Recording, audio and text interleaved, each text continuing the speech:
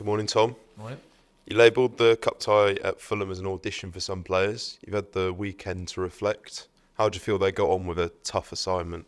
Yeah, it's a mixed bag really. I thought Tikvich was excellent until obviously a very punishing mistake that changed the game. So that's a great learning curve for him. That is where he needs to develop, because we all know his qualities on the ball. He's got a good physique, but he has got that lapse in concentration that can happen. So Tikvich, I feel like we'll all sit down and see what his best development plan would be. I thought Mamadou did well. He's someone we can certainly rely on if anything happens to Bayo. Pierre unfortunately got injured in the game and he'll be out for 2 months. But there were some positive performances. But yeah, I think some people may have to develop over the next few months elsewhere. What is Pierre's issue? It's a thigh injury, so very similar to the one that I did actually. Unfortunately, he's a lot younger to recover from it than me, and it's his non-kicking legs. So, well, not non-kicking, but you know what I'm saying. It's his left foot, and so yeah, we won't be seeing Pierre for a couple of months. Have you got any other injury concerns? Kevin Kebbin's progressing. Tom Daly will rejoin the squad. Backman's surgery went very well, and apart from that, no. That being said, the performance of the night at Fulham was undoubtedly the fans. How important is that togetherness and support? Yeah, as I said, I think I commented it on social media, first post for a long time, but no, it genuinely made me proud to be the head coach of this club. When the run we're on is a time where everyone in the club has to stick together, and that's fans, supporters, fans, staff, players, club, and it's a really important time for us to do that. In the past, I've seen where chanting can be sarcastic, but it wasn't, and that made me feel like, one, the numbers we travelled in, but two, that the manner of the support was very, very pleasing, and it shows that we are together, and trust me and the players feel that. Turning attention to Cardiff, pretty cold this weekend. How has that affected your preparations? Yeah, we've spent a couple of days in the dome. That's not ideal because of the surface, but it's good that we have it on weekends like this, where the freeze is really into the training pitches, but yeah, a little bit more mild today, and we'll get outside. But we've trained as normal, just in the dome. Where do you feel the side can look to improve away from home after looking back at QPR and Fulham? Yeah, so I think it's this sort of break from the league has given me a real bit of thinking time, bit of reflection, and obviously the defensive record is something where we need to improve. I think my first 14 games as the head coach, we had 8 clean sheets. Now, why has that dropped to only 4 in the next 24? There's been a number of reasons we've highlighted and have to improve on. So I'd like to start with a solid foundation of that to improve our away form. What threat can you expect Cardiff to pose? They seem to have been a little bit more direct recently. Had some good results from that. They're taking a little less risk. They're all working hard for Omar, you can see.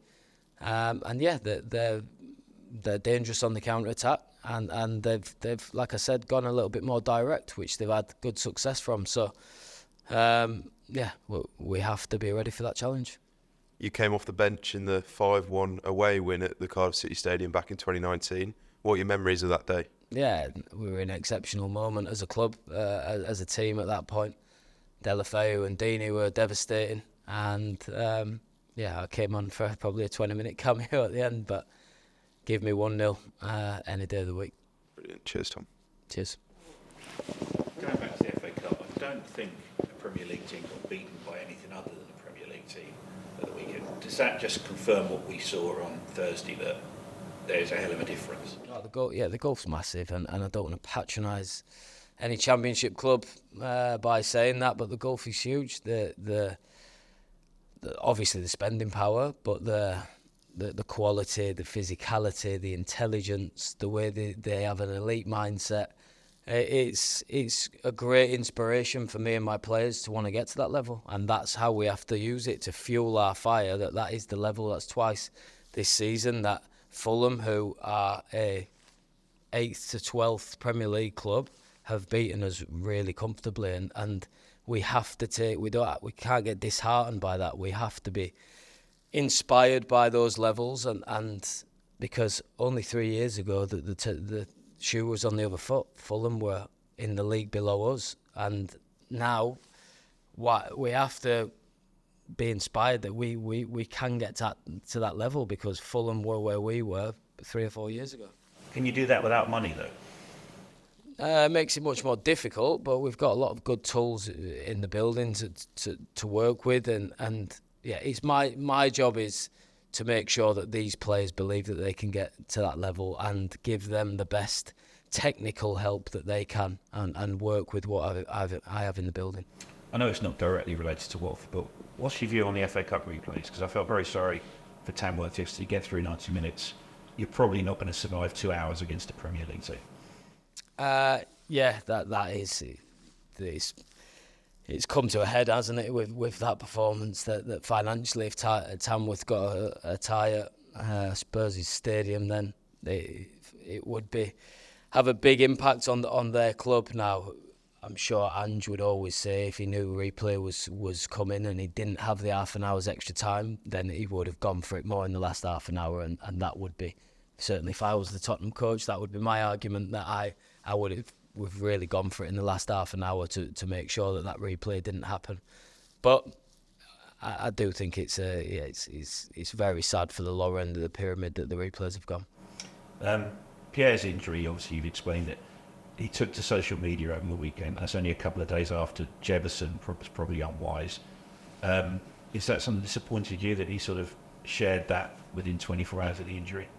Both learning curves for the players. Pierre's is a lot less malicious. Obviously, he's only given an injury update, whereas I thought Jefferson's was disappointing. Pierre's a lot less malicious, and we've spoke to him. There's a certain process of revealing information that we go through. This time, the injury didn't need protecting, but in the future, the players might need protecting, and it might need that information that might need revealing in a more professional way. I know you spoke, I think it was after one of the recent home games, about maybe changing mindset a little bit. We go away from how do we win to how do we not lose. Is that still your thinking for tomorrow?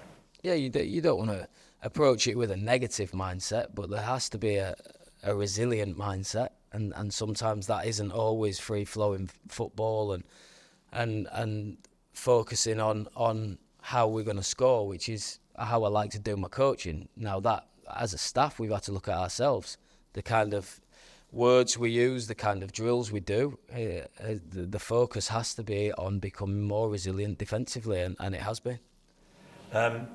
Would the most important thing then be a clean sheet? Is that what you're really looking for out tomorrow night? Yeah, that would be a really, really pleasing night for me. So I think 29 games is it we've played this season. We've scored in 24, so that's not the issue for me. And so I would be very, very pleased with the clean sheet. I think our last away clean sheet was Ipswich. Is that right? Yeah, like I said, first 14 games in charge, we were 8 clean sheets. So as a team, have I taken the focus away from that and a little bit? I have to look. I've done a big reflection process of myself now. The players still have to take some responsibility that there's been a drop of form in a couple of key areas, and obviously losing your captain from last year and player of the season has an impact. But I feel like we still have the players in the building that we should be doing a lot better, and it's a big focus. Happened again at Fulham the other night, our first 5 or 10 minutes after a start or a restart. As a coach, there's only so much you can do about that. That's surely a player mindset being switched on problem. Yeah, it's a really difficult one for me. You know, it's a pass I've seen Tikvic make a million times, to play it to the right side of Kayembe so he can just bounce out and we relieve pressure, because I felt like I did feel like we were going more direct, but it was just coming back and back and back. So I'm glad the players had took it upon themselves to try and play out that time. It's a pass that Tikvic makes 100 times out of 100. Why he's played it the wrong side of Kayembe, and then Kayembe has obviously lost possession, and it's resulted in that. Can't tell you, but yeah, all I can do is try and refocus the players at half-time and the start of the game. You said the other day, ideally, reinforcements with Cardiff. I'm guessing you might be leaving for Cardiff later on today and there's no reinforcements. How are you feeling about that? Yeah, well, now it's my job to just focus on what I have. So, yeah, I'm not going to sit here and cry about it. It would have been nice. But I feel like we're doing a lot of what our players in the building can't do at the minute. Well, they've got us into a decent position to attack the rest of the season. So now it's my job to focus on what they can do and why they've got us into this good position. And that is the reset button that I was talking about when we had this break from the league. I've had a period of reflection, but now it's reset and move forward. And I'll worry about the transfer market after the game tomorrow. I was going to say that. I know you've got games, but is there an indication that things are happening?